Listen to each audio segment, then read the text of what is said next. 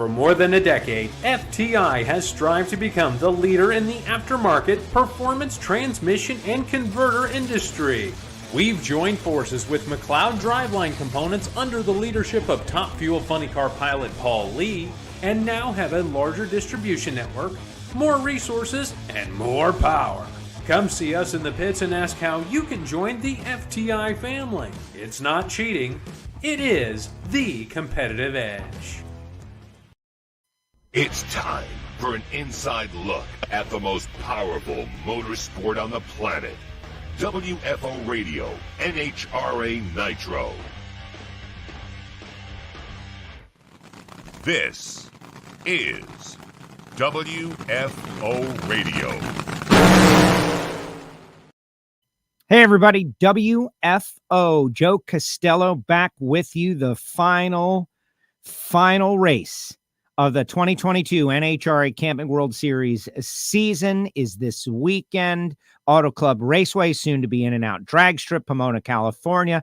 The whole world is headed that way for the final race. It is going to be so exciting if you're a fan of NHRA drag racing in general, two cars going fast, cars at all, sports, competition, just general entertainment. You're going to want to watch this show, listen, and share, because we're going to delve into the championships that are still on the line, the championships that have been won. Jerron Settles, way to go, buddy. That's my bud right there. He was looking at his shoes just as recently as the U.S. Nationals. Maybe I shouldn't do this anymore because, I'm clearly not very good. And he goes on and wins in Las Vegas, the final divisional, and wins the Division 7 championship. I know that's kind of out of order of things of, importance to the masses, but way to go, Jerron. Congratulations. Lots to talk about on the show here today. Alan Reinhart, I see him in his rental car. He's getting queued up. He's pointing the camera at himself. It's going to be great.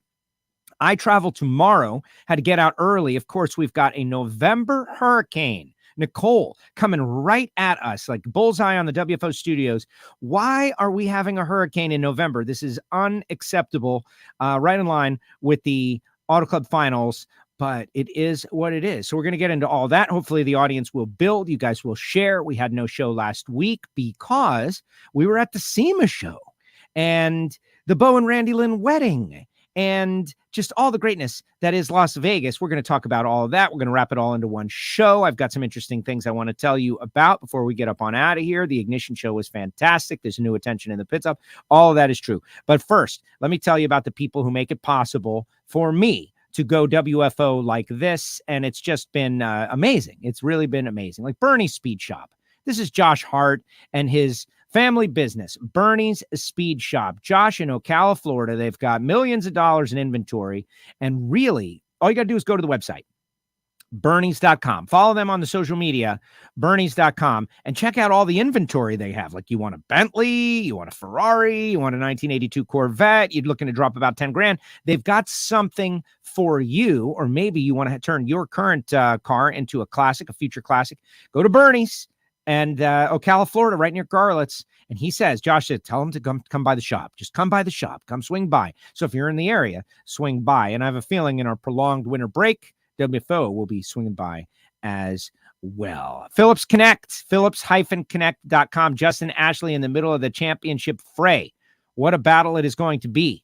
Phillips Connect, smart trailer technology. The folks at Phillips doing great things with Justin, and he's in the championship fight against Brittany Force. And I'm not comfortable saying that, the Mike Salinases and the Antron Browns and the Steve Torrences are totally out of it just yet. It would be a Hail Mary, but they're still in the mix. Bottom line, Phillips Connect, you win all the time if you're in the transportation biz, because you know where your stuff is and you know if it's safe and you can monitor various safety. Smart trailer technology.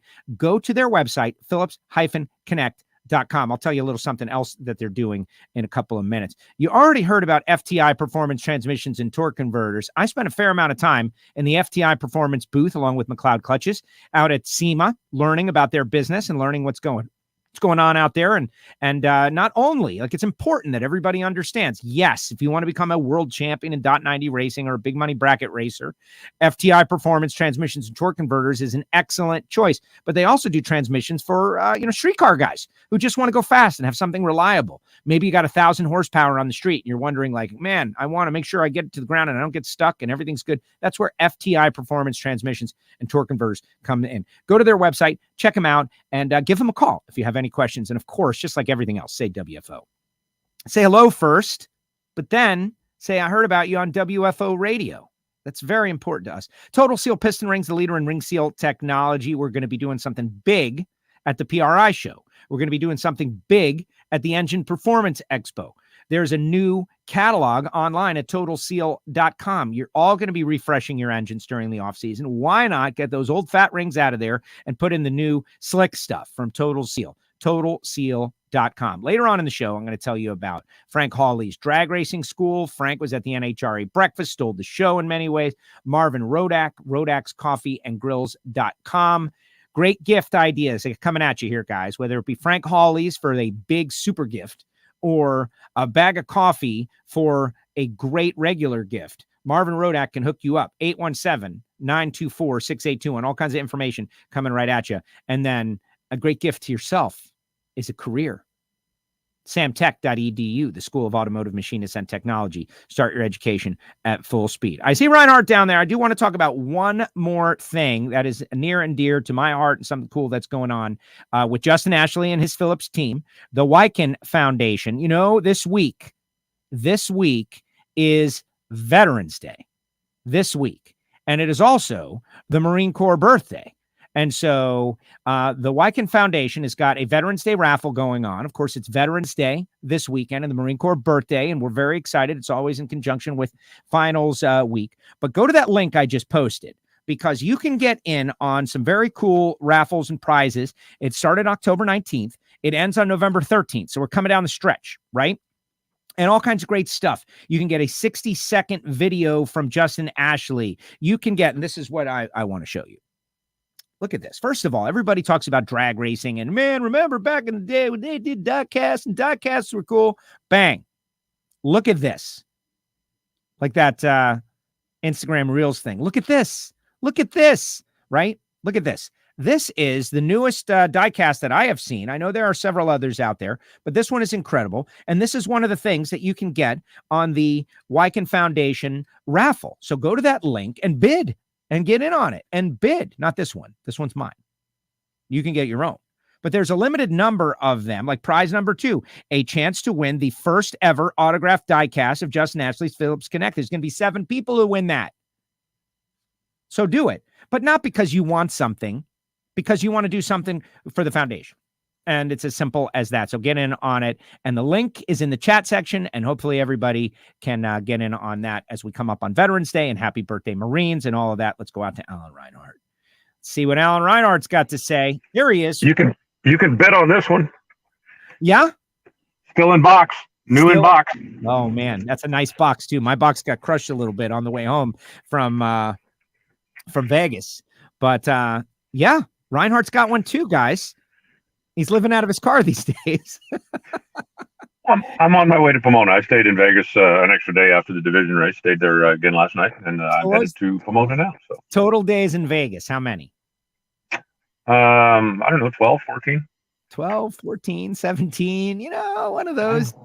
It's too long. I got out of there at 8 days, and I was feeling pretty good about myself. Like, oh, my gosh. People are asking me, like, how long you been here? 8 days. They're like, what? Vegas people, what? Nobody stays 8 days in Vegas. That's right. I do. And Reinhart stays for 15 days, 17 days in Vegas. Well, I had 2 races and, I came up early because I had some other stuff to do before the race. And then, I could have gone home for 2 days in between, but what would be the point of that? Went to the Monday Nationals like I normally do. And then,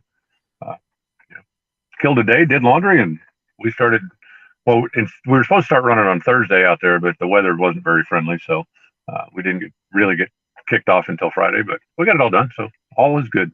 There you go. Look at this. The newly engaged Chase Freeman is out there saying, hello, congratulations, Chase. We all had a good time at Bo and Randy Lynn's wedding, which was spectacular. I just posted some photographs on my personal Facebook page here today. Everybody's checking in. Look at Jim Essex is out there. Everybody is checking in out there. But for my money, event, personal event, SEMA show, all together. And then for you, you add on the final divisional, the Vegas prior to Pomona. I can't think of a better couple of days, like a better stretch in the NHRA history that I've enjoyed. I had so much fun, like so many great things. Erica wins the championship out there. We didn't have a show last week, so we got to wrap this all together as we get ready for the finals this week, where Top Fuel and Funny Car are on the line. Pro Stock Motorcycle, pretty much a foregone conclusion. And Pro Stock is Dunsky. You guys finished some out there. James Glenn, Jim, started the season with a win, did real well down there in Arizona and held on for the title. Great job for him. Ryan Pretty in comp and Jeremy Hancock in top dragster. They are already world champions. Yep. Locked in. And it was fun. I mean, the thing about that race is, and I've talked about it before, working with the Drag Race Central folks and with Mike Green and trying to keep track, or with Mike Rice, and just trying to keep track of everything. It's like when this win light comes on, okay, well, that just locked up the Super Street Championship in Division 1, or, this guy's still alive in Division 3, and trying to stay on top of it and trying to, make sure that everybody, when they had their moment, we recognized it. And I'm sure we missed a couple because there's just so much stuff going on, but it just makes for a really fun race when there's so much stuff on the line. Coming into the Super Comp thing, John LaBouse was still alive, and Jim Glenn finally locked him out, and then LaBouse ended up going to the final round. But just following along with stuff like that, the alcohol points went back and forth again. Watching Brad Burton try to chase down Hidalgo when Hidalgo went out first round, and Brad closed the gap a little bit, but not enough to take over the lead. So they'll come to Pomona and see if they can battle that one out. And there's just a lot of stuff going on. It was a really, really fun event. Doug Gordon went back into the lead in the alcohol funny car by running 5:49, and then 5:49, and then 5:49. I mean, the guys in Top Sportsman should be grateful he doesn't race with them. But it was just a fun event. It was a great race. No, I'm a big fan of Team Estrogen over there, and that's their sell. I don't know if they labeled it themselves or you or someone, but Team Estrogen is now the thing and has been accepted by social media as the real deal. But here, let me interrupt our great time for a bulletin from our good friend Pete Lanciers. Pete says, all my fellow racers in the Vegas area, good friends Joe and Hal Sorensen, had their truck stolen this morning from a Motel 6 near the drag strip. It's a 2002 white crew cab dually GMC with Oregon plates. It's got an aluminum tank in the back. Please get in touch with police immediately. It happened at 5:30 a.m. So that's, hours, not that long ago, actually, West Coast. Please share and thank you, says Pete. So everybody, let's catch these guys.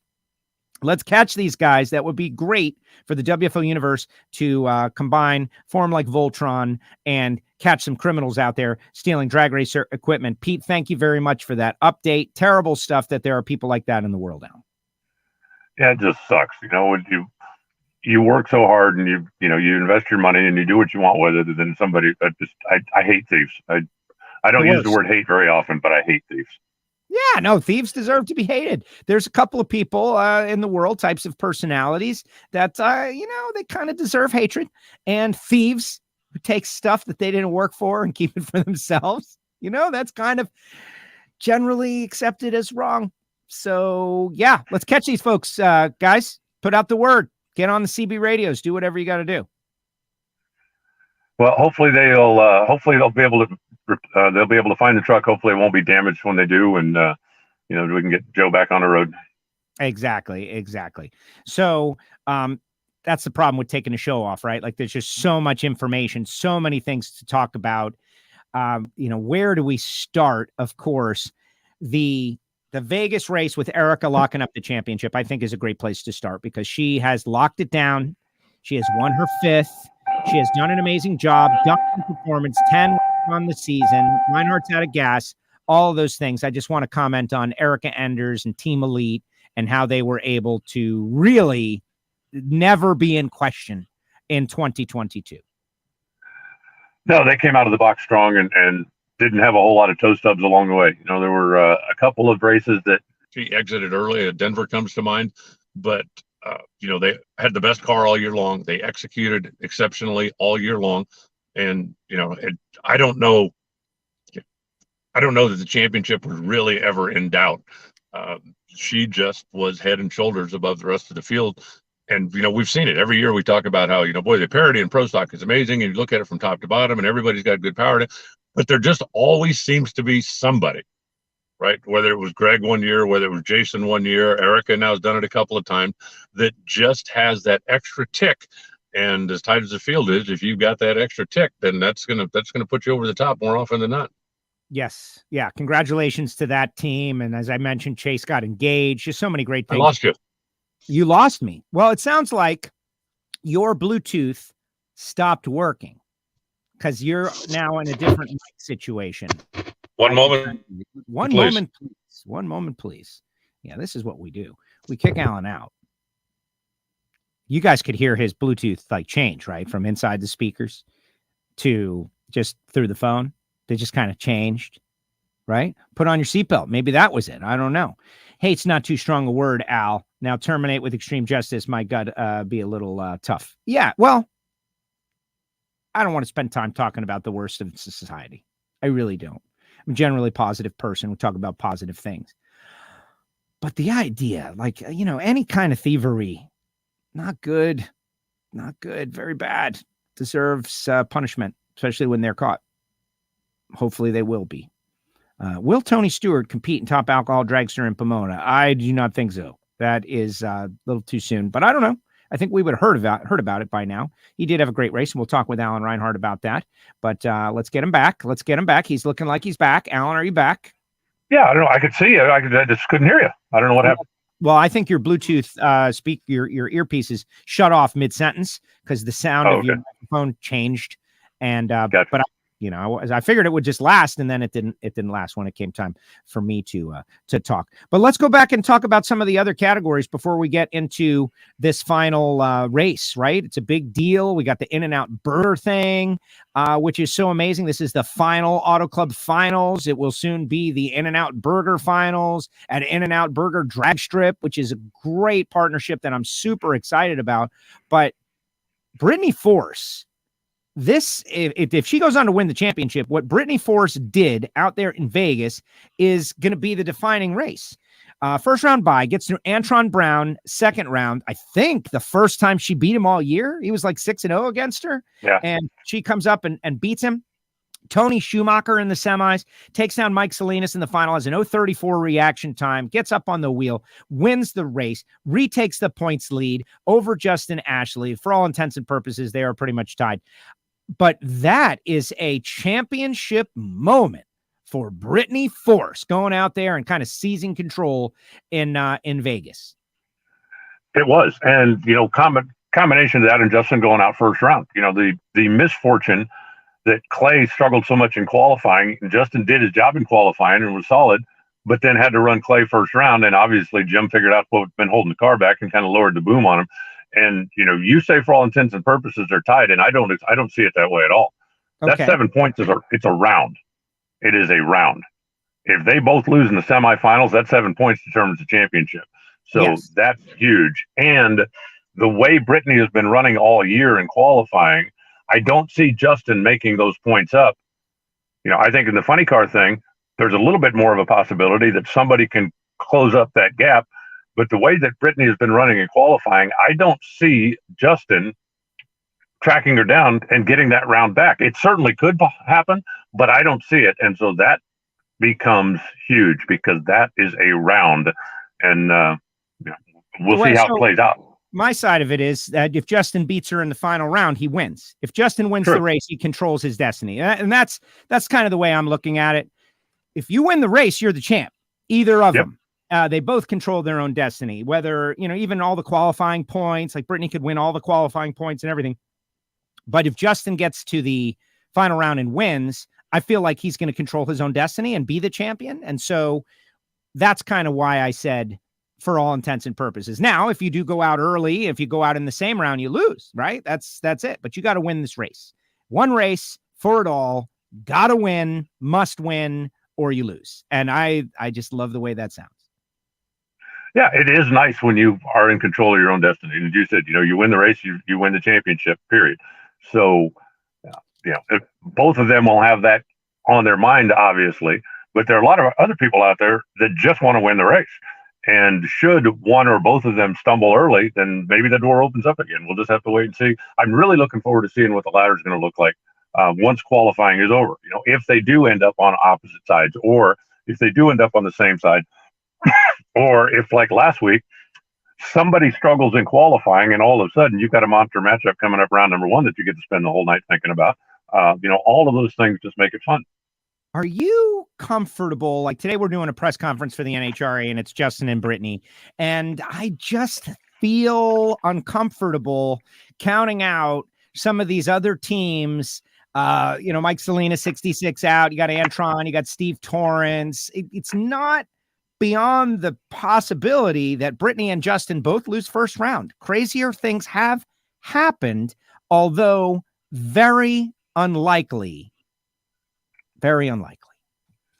Yeah, and that's basically what would have to happen is both of them need to be out by lunch. And is it possible? Yes. Is it likely? No. But I think, you could have a press conference with, everybody that's mathematically alive, but I mean, let's be honest, at the end of qualifying, there's a couple of people that aren't. And then as soon as round 1 win light comes on, there's a couple of people that aren't. So I think you take the 2 most likely, and that's what you build your press conference around. If you've got 3 that are within a round or within a round and a half, okay, great. But, 66 points is 3 rounds back. And that is a pretty big mountain to climb. That is definitely a big mountain. 18 cars on the entry list, so we will not have a first round bye, which is good news. Is there a name on the entry list you don't recognize? Let's see. Please stand by. I know Josh Hart. I know Steve Chrisman. I know Cam Ferret. I know Leah. I know Scott Palmer. I know Ron August. I don't know. I see everybody that I know. Is there one that I shouldn't? Okay. Well, I've heard a rumor, and I can't speculate. I can't share anything other than I have heard that there is a driver from the past that is looking to get his license upgraded or updated or reinstated or whatever you want to call it, that there could be a last-second driver change and have a strange name in the field, but I didn't know if that got done yet or not. Okay. Doesn't appear to have been done just yet, but I hope. That sounds kind of exciting. It's got me excited, Alan. So our Top Fuel Championship down to the wire. Let's look at Funny Car a little bit, where it is in question, but less in question. Robert Hight was really able to, it's tough racing out there, right? Matt Hagan wins over Robert in the final. Robert gets to the final, taking down Terry Haddock, Alexis DeJoria, J.R. Todd. Those yellow fellas are struggling to try to get a race win in. They want to get one in this year. You can see they're actually running real well, fighting it out. Other side of the ladder, Caps loses to Tasca. Second round. Big defeat right there. Tasca loses to Hagan. Hagan beats Hight. That's Funny Car racing right now. Like several really great teams just cannibalizing each other, and Caps fell victim to Tasca. Tasca falls victim to Hagan. Hagan beats Hight, but is over 60 out and really is going to need some help. Well, they need Robert to stub his toe a little bit. The problem is Auto Club Raceway is one of Robert's best tracks. Always has been. He's always had great success there.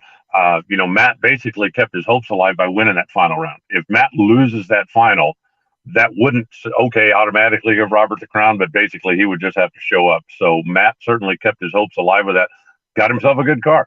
But, so does, as you mentioned, Bob Tasca. So does Ron Capp. So there's a lot of really good funny cars out there right now, and it's a fun time to be a fan.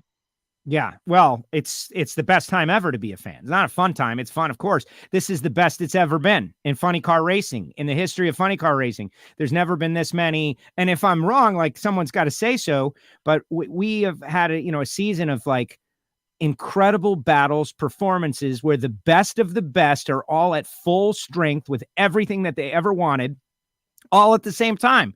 Tasca, Hagan, Hight, John Force, Ron Capps, like it's never been a better slugfest where you've had more quality cars that were wanting for nothing. Well, we're working on, no, but they're not working. They're crushing it right now down the stretch. Haymakers, golden era of the sport right now, final race. And, Robert, he's got to go out there and win a couple rounds and he'll bring it home. Yeah. And, that's what he's got to do. He's got to go out there and win a couple of rounds. So if I'm them, stay focused, don't do anything different, because it's crazy anytime you put nitro in the tank. But we've also seen, you mentioned the ones that have been kind of the dominant players, and a few of them have had eras, right? Like Tasca had an era where he was almost unstoppable this year. But you also, Tim Wilkerson is capable of beating anybody on one run. Yep. Cruz Pedregon is capable of beating anybody on one run. J.R. Todd is capable of beating anybody on. So you can't go in, look at the ladder and go, okay, good. I wouldn't meet, if you're Robert, you don't go in, look at the ladder and go, okay, good. I won't have to race Tasca until the semifinals because you ain't there. And, there was a day when people would do that. You'd look at the ladder and go, okay, well, unless, somebody gets a flat tire, you can pencil in pretty much the semifinals, but we're a long way from there right now. There's a lot of really good funny cars out there that on one run, they say, the Tim Wilkerson car scares the heck out of me if I'm one of the title contenders because absolutely, he's going down the track and that on one run he could step up and put the smackdown on you. And, there's just so many other players in the field that can spoil something. And remember, 7th pays more than 8th and 6th pays more than 7th. So while the focus may be on the two guys fighting for the championship, there's a lot of guys that have different agendas out there. Well, just to win, like you said, just to win the final race is a big deal. You turn a season of, maybe it was just okay, a little disappointment. You get a win in the final race and you're like, hey, that puts pep in your step for next year, helps you with sponsorship, helps you just feel good about the massive investment, your guys, the crew guys. There's just so many things about winning this final race. Last year, it was all the champions and Bob Tasca who ended up winning the final race. And then Bob Tasca went on and had a pretty good year this year. So also a harbinger of things to come for the guys that are testing, but just so awesome to see. Pro Stock Motorcycle, Matt Smith, he really got to just show up. He's got over 100-point lead. Matt, you ready? Give him the trophy. Give him the trophy. Find your way to the track, Matt. You'll be okay. But there's other things on the line. Like Eddie Krawick hasn't gone a full season without winning a race in a long, long time. He's got 4 wins here. This is one of his best tracks. Matt Smith loves, wiping the floor with everybody. Last chance to get a win, regardless of what happened in the championship. Yeah, and there's a couple of people that really need one. You look at Angel. She has had a pretty good motorcycle and been really struggling as of late. And what a difference it would make going into the winter break for her to win the race, or at least have a very solid showing and get kind of back on track. Joey Gladstone certainly got a motorcycle that at times looked like he could run with anybody. Karen Stouffer, if this is it for her, she's got one more shot to get out of there with a trophy. She's got herself a pretty good motorcycle. So again, there's a lot of people with a lot of different agendas. The championship is, congratulations, Matt, it's yours. But there's a lot of people out there that have a lot of different agendas come Sunday. But let's talk about Hector Arana, though, right? With the Global Electronic Technology sponsored Getrix motorcycle, and way to go, Steve Bryson for stepping up and getting Hector to these races. Wow.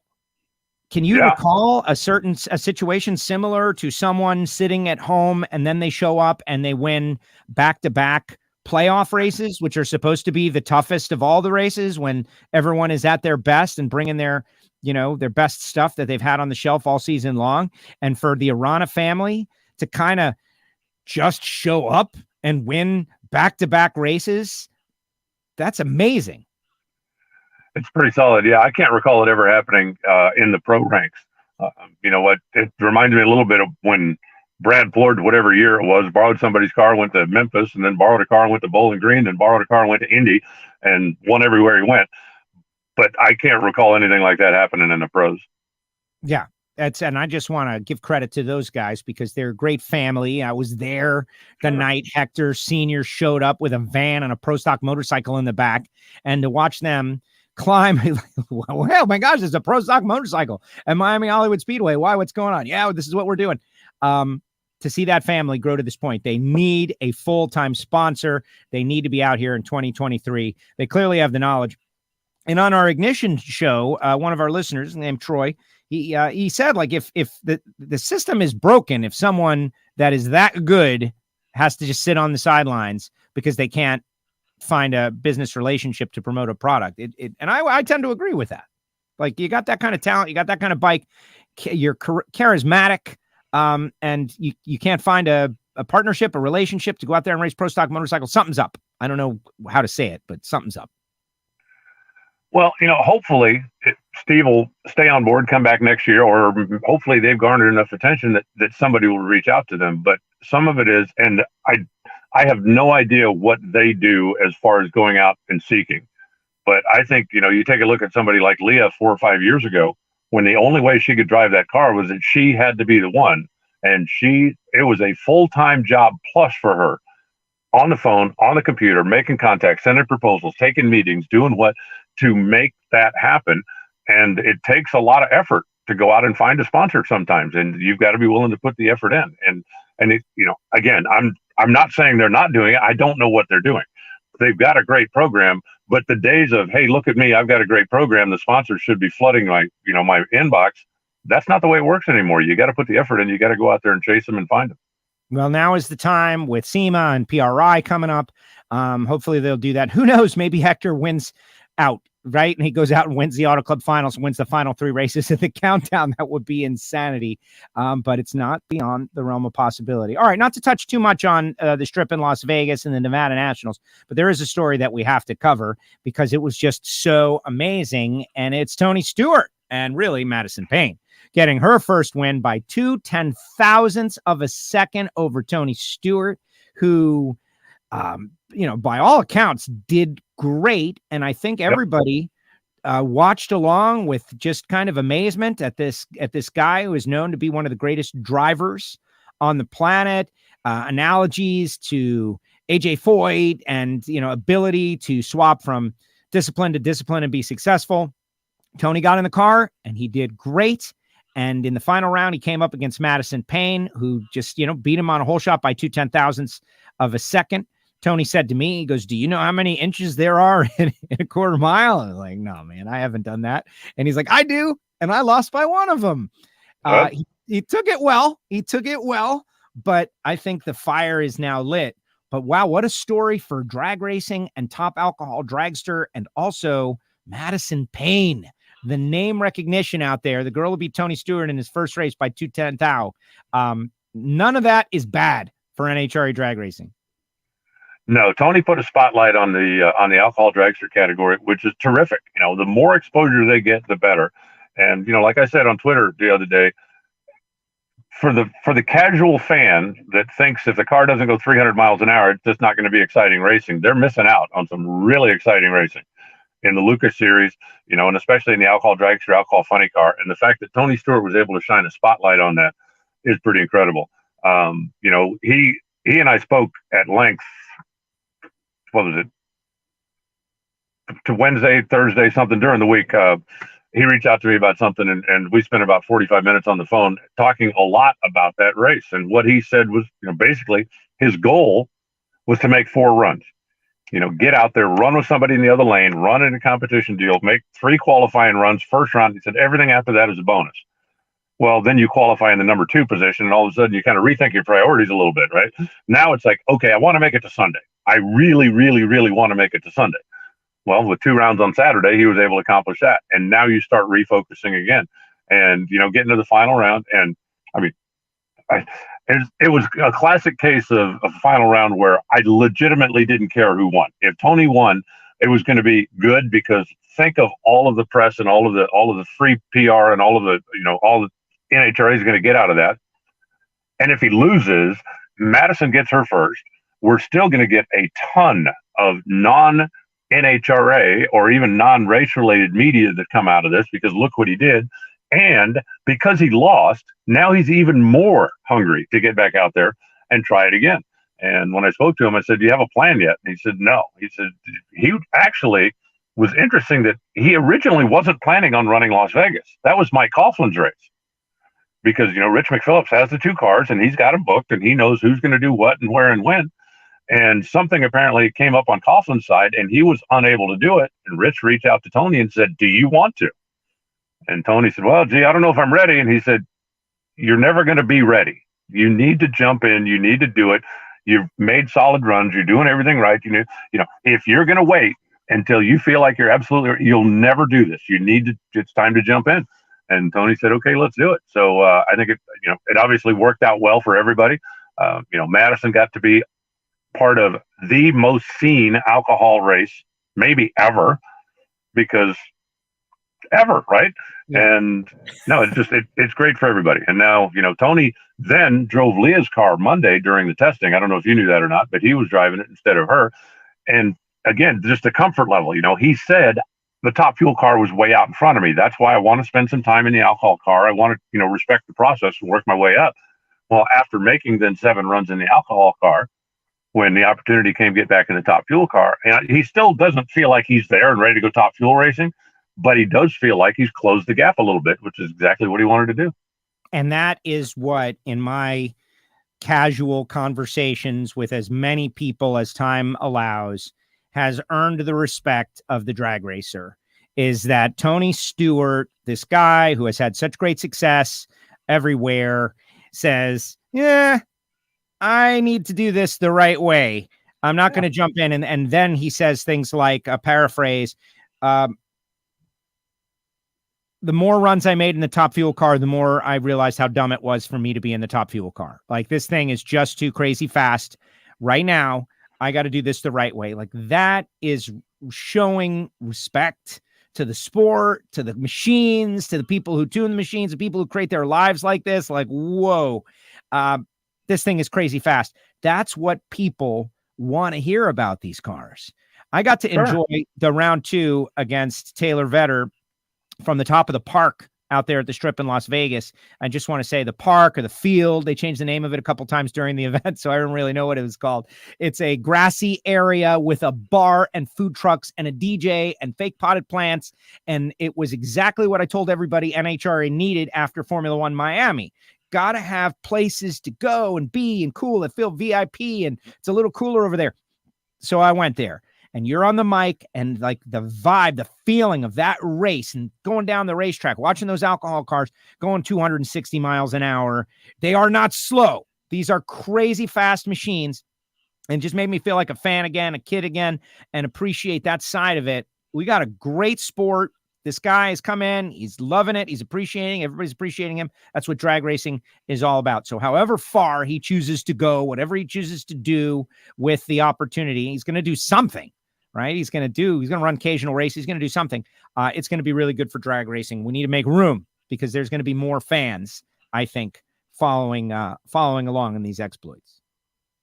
Yeah, I hope so. And, one of the other things that he told me about, and, he's been very vocal through all other media outlets and his social media channels about how much he enjoys the NHRA experience and how different it is from everything else that he's done.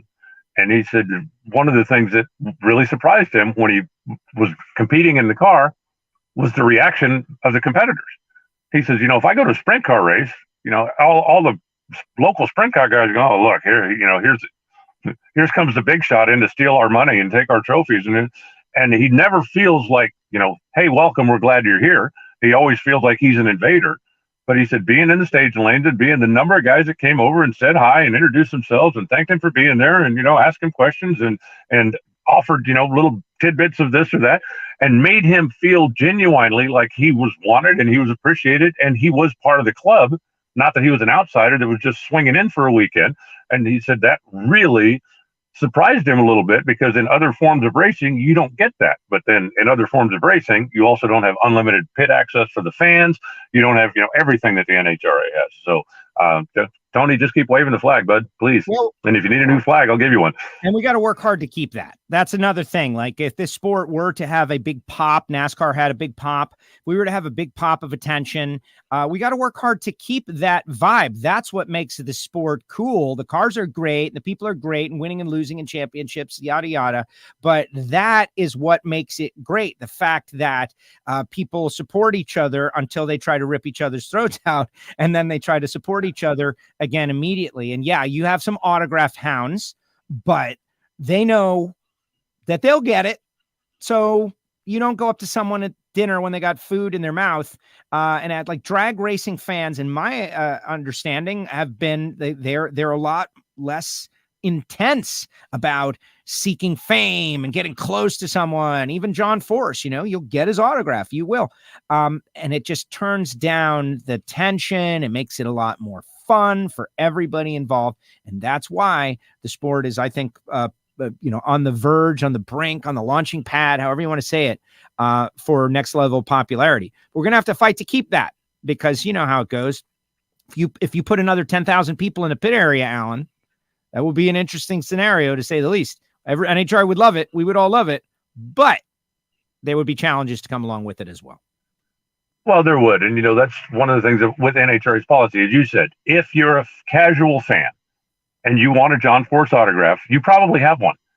Because if you hang out at the back of his hauler, he's going to be out from time to time, just like every other driver is. So you don't have to see him at a restaurant and track him down. You don't have to, chase him into a porta-john. You don't have, because the drivers are there. And I'm not throwing rocks at NASCAR. I have a lot of friends that make a living over on that side of the fence.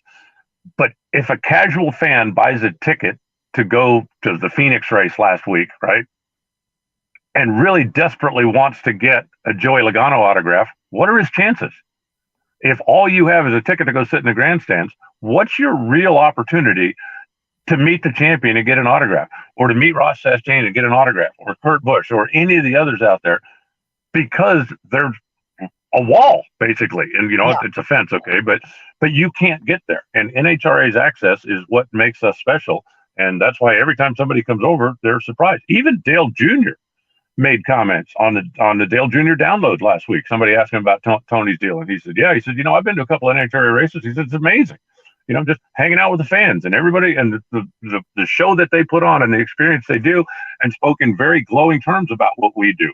And I think, we need to get more of those people to come out and visit us, and we need to get more of those people to, talk about us on a regular basis. Auto Club Finals. Demke called it the Tony Stewart Nationals on his social media, which I know is, mostly a joke, and I think also good and also true.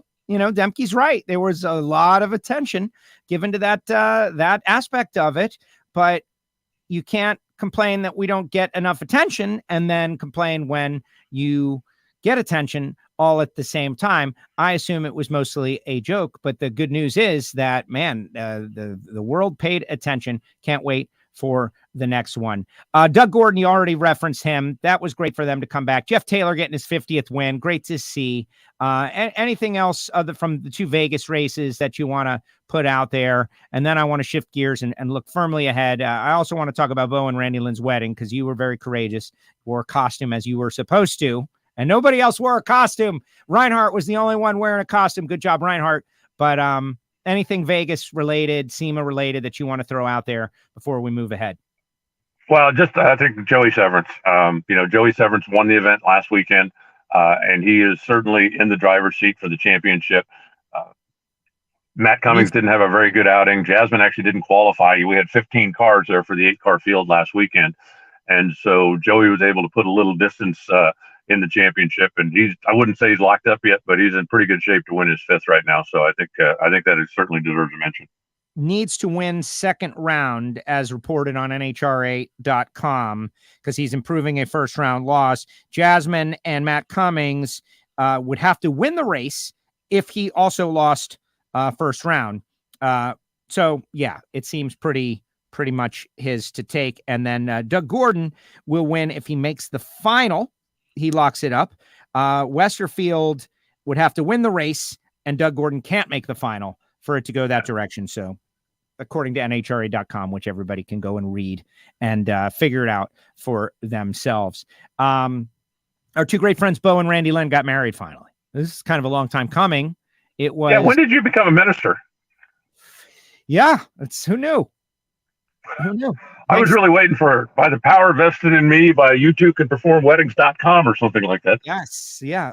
Well, it was pretty amazing how they invited me to be the person who married them. I was shocked as anybody could possibly be. They gave me a whole list of reasons that they made sense to me after it was all said and done. Of course, it is Las Vegas. And so the folks that handle the legal side of it have made it so where like a good friend of the family like myself could say the words and have it still be legal in the eyes of, Nevada. But they invited me to do that. And I was very nervous. And, was pretty crazy to see and hear the response as I jumped up on that stage. They did it in this amazing venue, guys. It was incredible. Really one of the best weddings that I've ever been to in my life. And I've been to some really great ones. But it was just amazing. I was very nervous, but I pulled it off, and they are married. That's what matters. What was the deal with nobody wearing a costume on Halloween? I mean, come on. So my deal was I was doing the wedding. I get what you're doing. But you have a very legitimate beef with everybody else, Alan. It was Halloween night. You're in the Cosmopolitan. Everyone is wearing costumes. The invitation said, what did the invitation say, Alan Reinhart? Basically, anything goes. Yeah. Wear costumes. Now, if I was really good, I would have a photo of you in your costume up, but everybody has seen it on your Twitter account. Great. He was a hippie dude, and it looked great. And we had a great time, so much fun, and it went off without a hitch, I think. Was, holding the rings was very, very stressful. Very stressful experience, but all said and done. All right, let's move forward. Did you do any SEMA? I did not. No SEMA show. Okay, I'll tell you, the SEMA show was very good, very interesting, typical SEMA. A lot of photos up on the WFO social accounts. But honestly, I didn't get any big sea change, from technology-wise, etc. I was very excited to hear about In-N-Out Burger Drag Strip, Pomona. Sad that Auto Club is moving on, but you know that I have been talking about In-N-Out Burger for 20 years. Being from Florida, it's like this far-off destination that is amazing, and I love the family. I love that they race. I love the cars. And now the actual genuine relationship. In-N-Out Burger and NHRA officially working together like they once did back in the day, but at Pomona's Drag Strip. And the rename Drag Strip. No question. Do they turn left out there? No, they don't. It's a drag strip in Pomona, California. In-N-Out Burger, In-N-Out Finals. I think it's just another sign of success. And also the announcement that NHRA and the Pomona Fairplex have reached an agreement that we are going to be racing there until at least 2033. So, what was it, 6 months ago when the whole, when they're repurposing the drag strip's gone, they'll complete crap. They're going to be there for at least another 10 years. And it's a great partnership. In-N-Out Burger screams Southern California. Obviously, NHRA born in Southern California. That's their home. We start and end there. Okay, we're going to start in Gainesville next year, but you get the idea. It's a perfect partnership. And, as much as I love and respect the Auto Club, they don't make lunch like In-N-Out Burger. It's simple as that. And the possibilities for activation. And I don't want to say anything negative about Auto Club either, because they've been involved in the sport for so long. And like someone is asking, is Auto Club staying with Robert? That's something that I don't know the answer to. And I'm sure we'll find out over time. But they have done great by NHRA drag racing for decades, and we appreciate them and want them back. And just because the sponsor leaves right now doesn't mean they can't come back in 2 years or 5 years or realize that was a really good activation, et cetera, and so on. But I'm very excited about In-N-Out Burger Drag Strip. And I just want to see an In-N-Out Burger t-shirt with NHRA drag racing on it available at all the locations. Like, that would be my wish if I had a wish to give. I'm sure that they'll have them starting in the Winter Nationals next year. If they don't have them next weekend, I'm not 100% sure they won't be out next weekend. Well, it's just the no-brainer of the century, right? Like, everybody loves In-N-Out Burger shirts. Even if they don't love the burgers, the shirts are just classic cool. Who doesn't love the burgers? There are people from Texas. The Whataburger folks, you've peeled the scab now, Alan. It's true. There are Whataburger people that are angry about In-N-Out encroaching on Texas, and they claim to not like In-N-Out Burger. But it's a very different burger than a Whataburger. It's a different experience, different vibe. And the In-N-Out Burger Double is king. It's just the best for what it is. The only people that think Whataburger is better than In-N-Out Burger are people that own Whataburger franchises. That's it. Yeah. Yeah. Okay. Well, now you're going to be an enemy of the Texans because they love their Whataburger on Texas toast. And I've had the Whataburger and I've enjoyed it. And I thought, this is pretty good.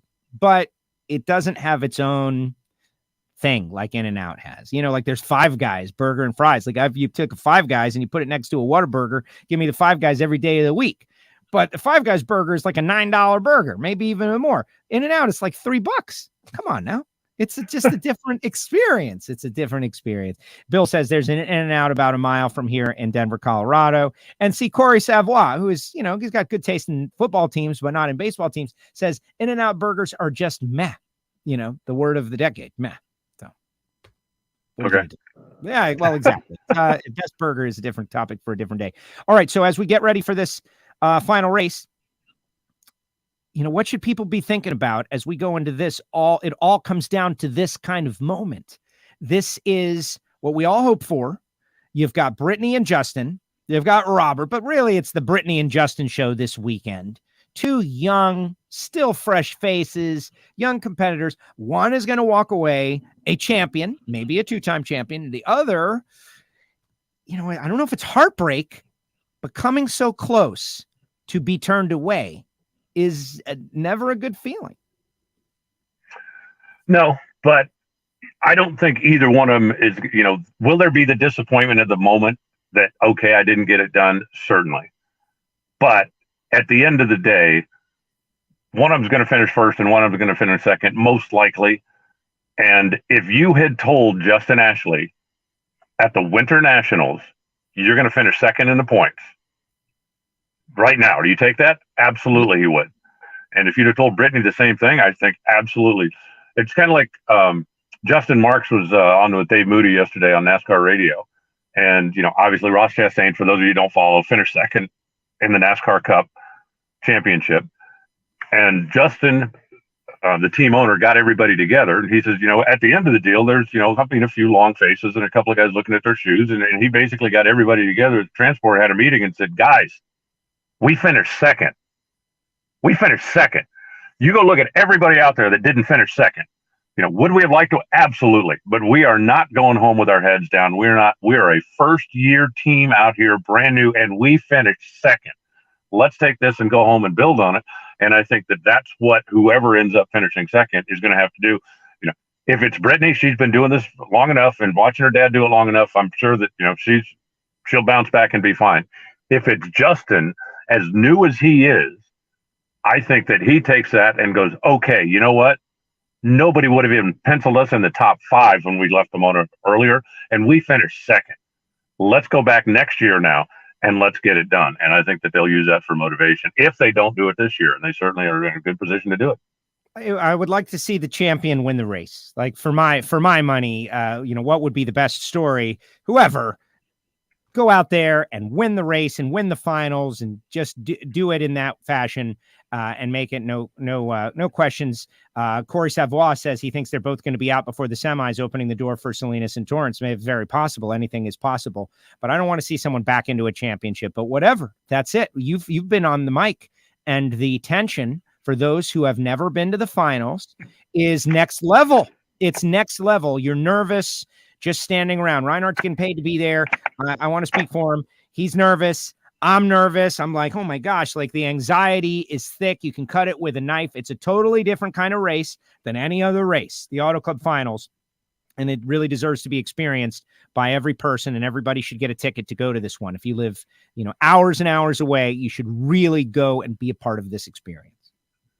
Yeah, I agree. It's just that there's a different vibe, obviously, when you know that this is going to be the last event for a couple of months, when you know that, okay, we don't get to come back and do this next week, or we don't get to come back and do this in 2 weeks, when you know that, there's so much on the line, and it really is a different vibe. I think, one of my favorite moments was years ago when Antron Brown won the championship after he had the fire, after he'd burned his hands, and he was out of competition. And he's standing up there watching Brandon Bernstein and Tony Schumacher race in the final. And there's no way, absolutely no way that he's rooting for his teammate, even though, boy, if we can't win, as long as one of the DSR, no chance. Nope. But the look on his face when Brandon's scoreboard came on and he realized I am the top fuel champion was magical. And I think that as much as would you like to see him go head to head on the racetrack and one run for it all? Yeah, that'd be awesome. But being able to capture the moment, because if you do that, okay, if you and I are running head to head, the winner gets the championship, one of us is going to see the win light come on. And then you're going to yell in your helmet. You're going to da-da-da-da-da. But it's going to be 40 seconds before you get down, get around the corner, get out of the car, get your helmet off, and then we get to see somebody's reaction. But when the camera's on and the light comes on and Antron went, oh, my God, that was an awesome moment, even though he wasn't in the car at the moment. It was still a pretty awesome moment. And the only place that happens is here. Yeah, believe it or not, that video is on our WFO YouTube channel, like one of the original videos up there. And I was like right in front of Antron when it happened, and the screaming and it just amazing moments. Last year, Cap standing alone in front of the tower, just kind of like lingering, watching Alexis take out Hagan. He becomes the champ. Those moments are so magnified. You know, in the NFL, as the clock is winding down and the Super Bowl champion is about to become a champion, they've got 50,000 cameras everywhere. We don't have that many cameras, and it's difficult to understand what those moments mean to everyone and how special they are. And we get to enjoy it and just kind of catalog them away. This is going to be great. There was the year that Tony Schumacher made the run. What was that, 04 or 06? Something? Was it 06? Yeah. It was the funniest thing because, and for those of you that don't know, Tony had to win the race and he had to set the record in order to win the championship. And he said, I was the last guy to know. Right. Because he knew he won the race. Yeah. But he didn't know if he set the record. And he legitimately said, I'm sitting in the car wondering. And it had been broadcast live around the world on armed services television and all that, watching the Army car try to mount this historic comeback. And literally people at air bases on the other side of the world knew before Tony knew that he was actually the champion. And moments like that are just cool. Yeah, that's why we do it. And that's why we're lucky to be able to do it. And hopefully all of us, you mentioned it, the prolonged winter break, Alan. You know, you're always so gracious with your time. We do have PRI, and I've got the Engine Performance Expo in January with Total Seal, and there's going to be some stuff. We're going to speak with all the champions on WFO. So I always encourage our listeners and drag racing fans to not disconnect with the sport. Like, it'll be back in February. It'll be back in March this time. The Gator Nationals are the opener for 2023. What is surely to be the greatest season of NHRA drag racing ever since 2022. But we're going to have a lot to chew on during this winter break, and a lot is going to go down. I'm hearing a lot of, rumors, ins, outs, stories, people coming in, people going out, all kinds of stuff. The silly season storylines are going to be ripe.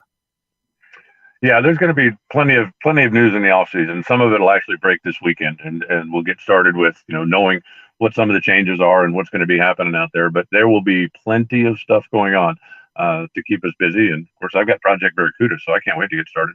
Project Barracuda. By the way, I talked to Chad at DSR for you, and maybe there's one of those DSR street engines in it for you. Yeah. Okay. I'd certainly be willing to talk to him, but I'm not sure that that's in my budget, if you know what I'm saying. Yeah, that's always the tough part, right? Like the idea. I'm the idea guy, Alan. Like, wouldn't it be great? Yeah. Put people together. No, it's amazing. We had a lot of good stuff on the floor out there at SEMA that I was thinking about Project Barracuda. It's going to be great. Alan, great job. I'll see you out there. I'm coming out a little early. I leave tomorrow, moved up the flight. Hurricane headed straight at us, bullseye on the WFO studios. Got to get out to the finals or might not make it out there. So safe travels to you as well as you go over the road. This is it. The finals, the final race. Can't wait. I can't either. Looking forward to getting down there. Of course, a big draw golf tournament that takes place on Wednesday. We'll be racing on Thursday. Just a lot of stuff going on. So yeah, I'm looking forward to it. I'm about 100 miles away. I'll be there this afternoon. All right. Safe travels, Alan. Great job. Thank you so much. Thanks, Joe. Talk soon. There he goes. The voice of the NHRA, Alan Reinhart, joins us each week right here on WFO. He pulls over, finds great cell service to spend a little time with us. If you're new to WFO Radio and you're thinking, wow, this would have been cool if I had known about it all season long. We never stop. We take a couple of days here and there for the holidays, but we will have drag racers and behind the scenes stories and projects and all kinds of inside stuff throughout the off season. If you have a YouTube channel, WFO Radio TV on YouTube, we really like you to follow that. Flying Ryan's already talking trash, all kinds of good stuff going to go down. All right. We got a bunch of comments I got to get to. I'm going to spend a couple more minutes chatting with everybody, talking about the finals. I want your takes, okay? Hot takes. Brittany, Justin, These two are going to battle each other. I feel so uncomfortable saying Steve Torrence is out of it. I just feel uncomfortable saying it. And it's probably not the case. Steve Torrence goes out there, catches some breaks, wins the finals. He's the champ. Oh my gosh. People would be stunned. But it's really unlikely. That's catching like a card on the river, and who knows. But we'll see. But right now, I got to tell you about a couple other great sponsors I want you to know about, like Marvin Rodak and his coffee, hot sauces, spice rub. For all you WFO radio listeners out there, this is the gift that you get for the holidays. People buy those gift baskets with the deli meats in there. Forget that. Get a pound of coffee, a bottle of hot sauce, and a container of spice rub. It's a holiday pack from Marvin Rodak's. And you send out a bunch of these to your folks. They're going to love you. Why? Why are they going to love me? Well, first of all, it's a gift that lasts for a long period of time, a month and a half. They're drinking the coffee. They're enjoying it. They're having a great time. You can get it ground or you can get it full bean. I recommend getting it ground because they might not have a grinder like I do and grind my own coffee. 817-924-6821. Call Marvin. He'll get you on the right track, and you will then be part of the Rodak's army. And understand why, like so many people from around the country are ordering coffee from Fort Worth, Texas, because he's doing such a great job. He is a drag racer and longtime sponsor of WFO Radio. Let's say you want to go big with your gift for your drag racing fan or friend, or maybe there's somebody that is close to you that doesn't quite get it. They don't get it. I don't get it. Send them to Frank Hawley's as a gift at the Dragster Adventure. Yeah, admittedly, this is a little bit bigger of a gift, but they will remember it forever. They will have a great time. They will love you forever because you will give them an experience. Nobody wants the same old thing. They want an experience that they can think about and post the photos, and it'll last them a lifetime. And that is what the Dragster Adventure is all about. Plus, that Frank Hawley, he's a funny guy. He is a funny guy. In many ways, stole the show at the NHRA breakfast out there, talking about Austin Coyle and his Cayman, right? We got to put the Cayman away. What's a Cayman? Great stuff. Frank Hawley, Dragster Adventure. Go onto the website. Be sure you tell them you heard about it on WFO Radio. Samtech.edu, the School of Automotive Machinists and Technology. This is not really a gift. This is a gift to yourself, a great career. Machining, machinist, engine blocks, cylinder heads, motorsport EFI, tuning, CNC programming. That's probably what I would do. CNC programming. Like there is nothing from the future that isn't going to happen without a CNC machine somehow, some way. Why would you not want to learn that stuff? Plus, everybody's worried about electric and all this and all of that. The bottom line is you're going to have combustion engines for the next 40 years for certain things that are just the appropriate application. So it's a job. You can keep it right here in America. There's huge demand for machinists, for people that actually know how to do something. Not everybody can be a podcaster. Go to samtech.edu. Tell them you heard about it on WFO Radio. If you're looking for a classic car, if you want to sell yours on consignment, go to Bernie's.com, Bernie's Speed Shop. Josh Hart in Ocala, Florida. Of course, Phillips-Connect.com, Smart Trailer Technology. Told you a little bit about these guys at the very beginning of the show.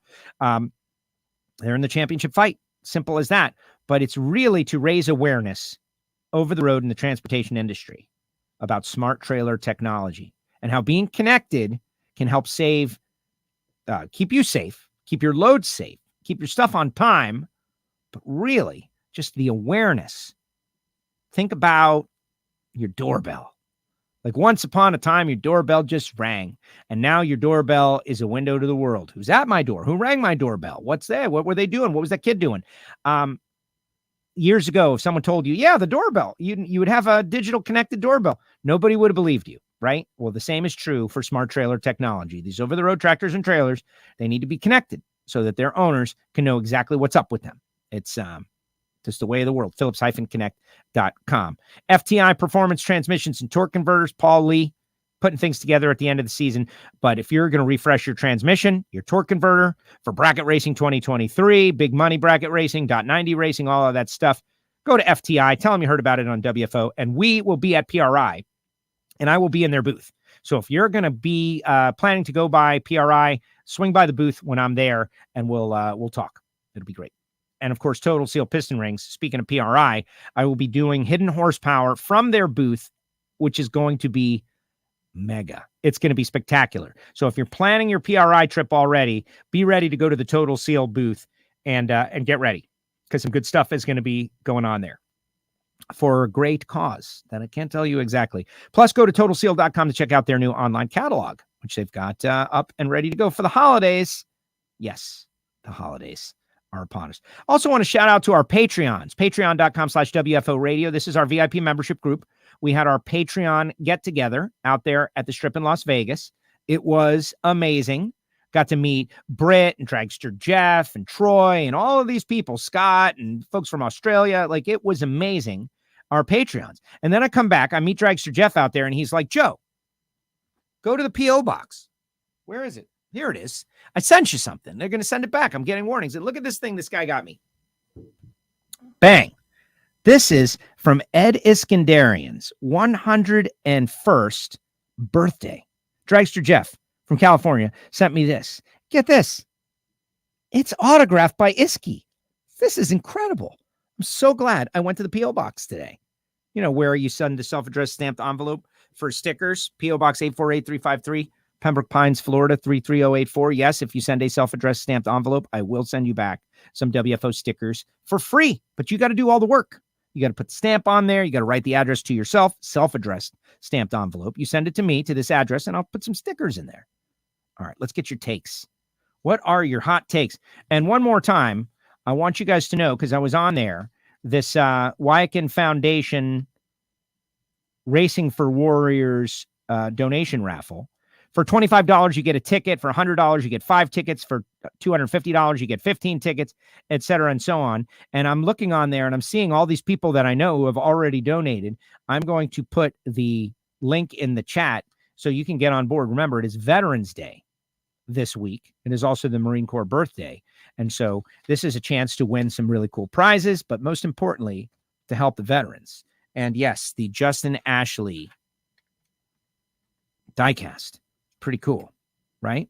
And I compared it to my Darryl Gwynn New York Yankees diecast that's up there on top of the tree. Do you see that above the stage bulb?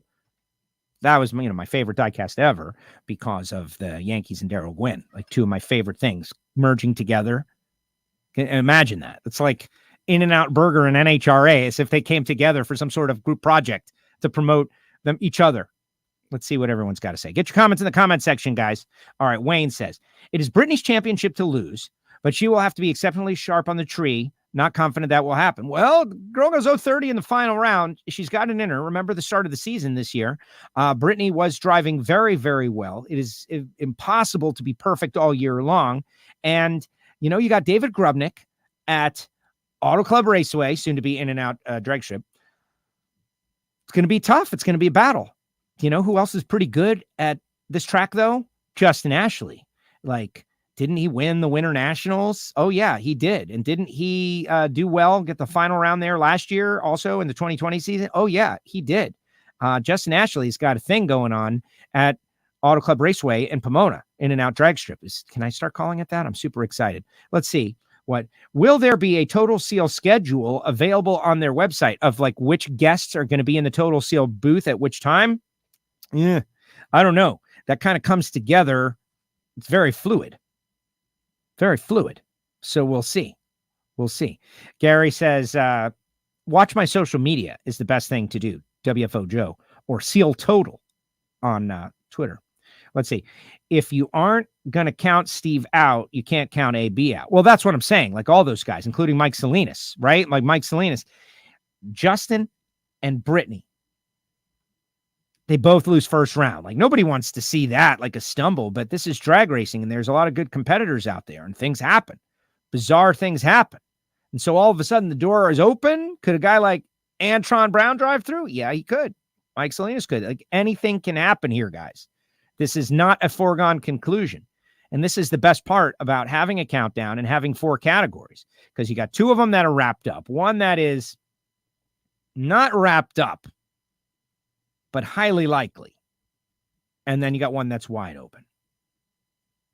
All JFR Top Fuel Championship. I think you mean Nitro Championship. And yeah, that's exactly what it could be. Excited for the finals. Going to be awesome. Went there in 2019. Was so nice. 70s in November, says Fast Eddie. The spice rub is awesome. Janet Enders is trying a little Rodak spice rub. Yeah, he won awards for that spice rub. It's based off coffee. It's a coffee spice rub.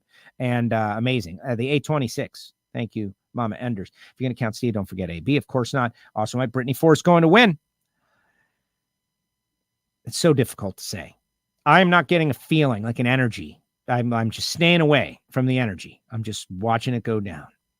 After the season is over, back to watching Drag Racing 99 every Sunday. I love John Force dominance that season. Have you guys watched that Drag Racing NHRA channel on Tubi? Oh my God, it's awesome. Like, you can get lost. You can lose a lot of hours just watching classic drag racing. But for my money, it's things like that, watching the old shows and Mac and Evans and all of those guys that reinforce my belief that now is the golden era. Yes, I admit, I'm involved. And so I would be more likely to like now, but live television on Fox Network, right? Like, there's so many different things, all the social media, all the access to the drivers, all the different things that are going on that just went uncovered back in the day. Like, you get to know so many more stories. This really was, and I said it at the start, and I'm definitely patting myself on the back right now, guys. In my National Dragster column, which hopefully some of you read because you're NHRA members, I said that this would be the greatest single season ever of NHRA drag racing. It was a very bold prediction. Many people told me not to make it, but I said, no, people deserve to know what I really think about NHRA 2022. So I am going to go out on, isn't this funny? This is what people do, by the way. It's election day. You just make up stuff, right? I did say it was going to be the best season ever. I should have just stayed in character right there. That win was pure awesomeness. Stars totally aligned for that championship. Talking about Tony Schumacher. Double animal style. My first In-N-Out experience was in Texas, right next to a Whataburger. Secret menu. Big deal. Fries animal style. I don't even really like it that much. I just like ordering it, right? You go up there and it's like you kind of know something that's not on the menu. Animal style. And they're like, oh, okay, this guy knows the secret menu. But really, it's just okay. Their fries are just okay, too. Let's not, let's call it what it is. It's about the burger. The fries are great. Fry cutter made by a drag racer, by the way. Now, did you know that? If you listen to Hidden Horsepower, the podcast for Total Seal, you would know that they, I believe it's Ron Shaver, they also make the fry cutters for In-N-Out Burger. And you can get one. Imagine that. You're pulling the lever down, cutting your own fries, frying them up in your air fryer. Man. Sounds really good. Could still have that if Force and Ashley lose in the semis, any combination of Brown in the semifinals. He said then later on his math was messed up. Corey, what do you just go put your Astros hat on and look in the mirror and just forget everything else. Okay. Be happy about your Stros, man. That's all you should really be worried about right now. And I mean that in a very positive way for Corey Savoy. I have the Mike Dunn Yankee Dragster. Yes, me too. Total Seal rings for my Rotax 125. Yes, they've got rings for everything, Gary. So yes, call them. Call Keith Jones. They've got rings for everything. Hi, Joe, Brittany, Robert to win. Very possible. You have the only one in Florida. What's that? The Iski assigned? Dragster Jeff? Where is it? Dragster Jeff. Thank goodness I made it. I probably do. It's possible Daryl Gwynn might have something like this. This guy. Wooden camshafts. Amazing. Great gift, Dragster Jeff. Yeah, it was. Production schedule for your episodes at PRI. Don't count on it. Just say goodbye to the points. 0.5. It was great to see you at Vegas. Yes, Jim. Likewise. Are you going to be at the finals this year? Says Ron. Yes, Ron. I leave tomorrow. I got to get out of here before the Hurricane Nicole. It's very scary. It's only going to be a category 1, but I think it's going to mess up my travel. Brittany and Robert. Yeah, that would be pretty good for John Force Racing if they could pull it off. Most enjoyable I've ever seen. Thank you, Ford. It's true. True. Dang, I only have the Iski t-shirt. I got one of those too, by the way. It's in the other room. I just wanted to bring the sign in here. Thank you, Dragster Jeff. Amazing. Nice artwork, Joe. Thank you very much. And there you go. That'll do it for the show. Jerron Settles. He's not watching today, obviously. I made a big deal about him being the Division 7 Supercomp Supercomp champ, Division 7, and winning the race in Vegas. And, he's out there airbrushing, whatever. That's fine. But what a year it has been. What a year it has been. And all the journey and all of you who've watched WFO for all these episodes. And, I know there are people that just flip it on, and then there are people who really like it. And thank you all. We are working so hard. We are trying so hard to grow the show, to grow WFO. We got our WFO store, t-shirts, kinds of cool stuff in there. I could probably promote it more, but I don't want to browbeat you with this stuff. We've got our great sponsors, the people who help us. And I just love what I'm doing. I love what I'm doing. Like, I'm real happy and proud about our NHRA right now. And I know over the years, we've had some battles with the haters or the people who say, it was better back in the day. And I think that battle is starting to be won. They're losing a little energy. They're opening their minds. They're learning the new characters. They're realizing, man, the cars are quicker and faster than ever before. Lee Beard said something at the NHRA breakfast that was just so amazing. Lee Beard is a Hall of Famer. And he looks up at Brian Lones and myself, and he's like, I just can't believe how hard they run these cars. Like, every run. Like, I just can't believe it. Because, I've always been a horsepower guy, and it's like, wow, that's great reinforcement for all the stuff we're putting out there.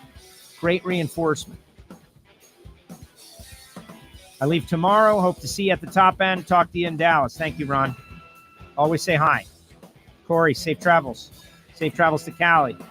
Thanks, Joe. See you at Indy and Maple Grove 2023. We'll be there, hopefully. See you, bro. Safe travels. Let's find that truck, guys. White Dually, Nevada area. Thank you, Janet. Mama Enders, WFO for Christmas. Yes, we're going to have the WFO Christmas party. We're going to have all our WFO stuff that we always have. We're going to keep it going through the holidays. I am going to take some days. Next week, I will not be here. I'll be traveling back. Monday, we have the awards banquet. Tuesday, I'll be traveling back. And then we'll come up for air, and we'll hear from all the champions, guys. All the champions on WFO. Yes, Darrell Gwynn, nice family. Was up there in Orlando this past weekend with Steve Brenwald, who was covering a very cool event. Had at the Speed World out there. All right, guys. To anybody that said hi in SEMA, Vegas, what a great time. Amazing. Hopefully you're loving it. We got one more to go. Let's make it count. WFO.